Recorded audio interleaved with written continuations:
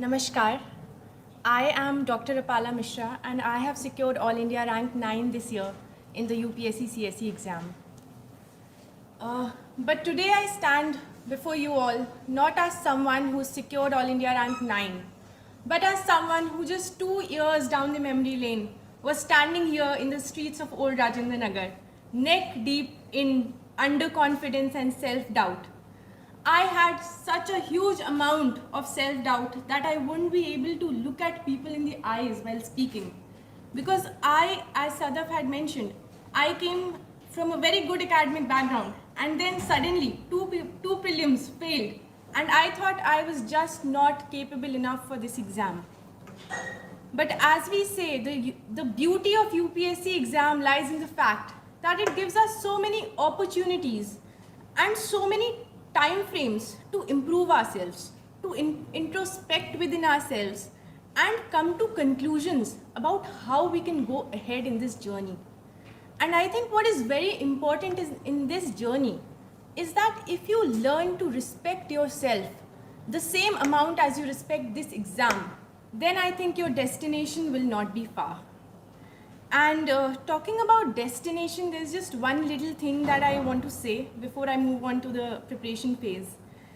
Is that throughout this exam preparation phase, we feel that this is our destination. To be standing here, giving a talk, that is my destination. But the truth is that our destination does not end here. This is the beginning, this is not the end. And for that, I'll just say one line for my fellow officers and co-speakers that जिंदगी एक मुसलसल सफ़र है यारों, जिंदगी एक मुसलसल सफ़र है यारों, मंजिल पे पहुँचे तो मंजिल बढ़ गई. So I hope we continue this spirit of self-growth and self-improvement and become capable officers of great caliber serving the nation. So now I move on to the part of the preparation that fetched me good marks. I think that is the interview preparation. And for that, I'd like to thank Khan sir specifically because when I came to him and when I was returning, he told me that you'll get above 200 marks. And I think his prophecy came true. So definitely that was a confidence booster for me. So I'll just jump straight to the Kaam Ki Baat part, and that is how to prepare for your interview. So firstly here I'd like to say that interview preparation is like any other phase of this exam. This cannot be taken lightly or ignored or taken with arrogance that you've already cleared mains. This has to be taken with the same amount of consistency that you've put in your mains and prelims preparation and the same amount of knowledge related hard work. There is an ongoing myth in the market that personality test is just a test of your personality and you don't need to study anything for that. And when I started my preparation, I was fed this by a lot of people. But trust me, this is far from true because your knowledge forms your personality. Your knowledge base would reflect who you are as a person. And if you don't know about yourself, then your personality will not shine. I think that is very important. So how to know yourself? I think that for that you fill a detailed application form and straight away from the first word of the detailed application form is what you start thoroughly preparing. I prepared notes for each and every word of my DAF and the first word is of course your name. And coincidentally the first question asked to me in my main interview was the meaning of my name and a huge discussion followed through. So I think you must be prepared with anything and everything. It does not mean that you ignore your GS aspects. For example, if my mother is a teacher, so I should know not just about her profession and occupation, I should also know what is the education scenario in India. What are the challenges of education system? What is the new education policy about? I should have a holistic view of every little aspect that is mentioned in my DAF and related with the GS aspects. So I think that requires a lot of notes making. The second aspect of this knowledge part is the current affairs portion. Now what happens that as long as we are reading and preparing for mains, we have this tendency to learn a few things, learn the names of committees And also, as a lot of co-speakers mentioned, tendency of bluffing examples, I also had that. But what happens in interview is that you cannot bluff. You have to have substance for everything.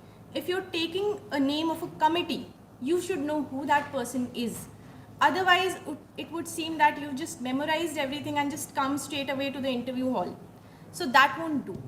And the second thing is that up until this time, we have been reading news for the sake of having information, but not for the sake of making opinions and forming substantial opinions.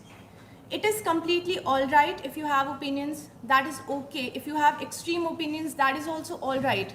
What they are testing is that, are you capable enough to support your opinions, to stand by what you say?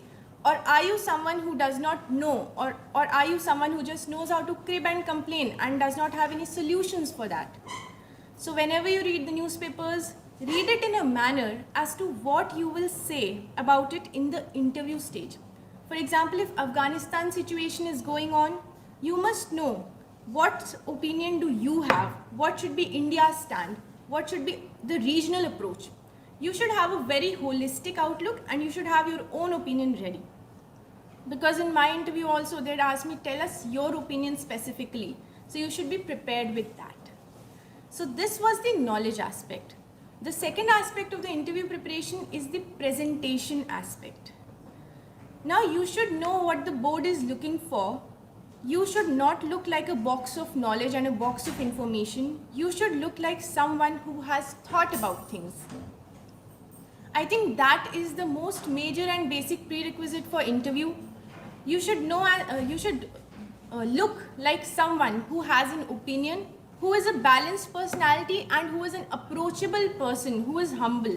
You should not look like an arrogant officer.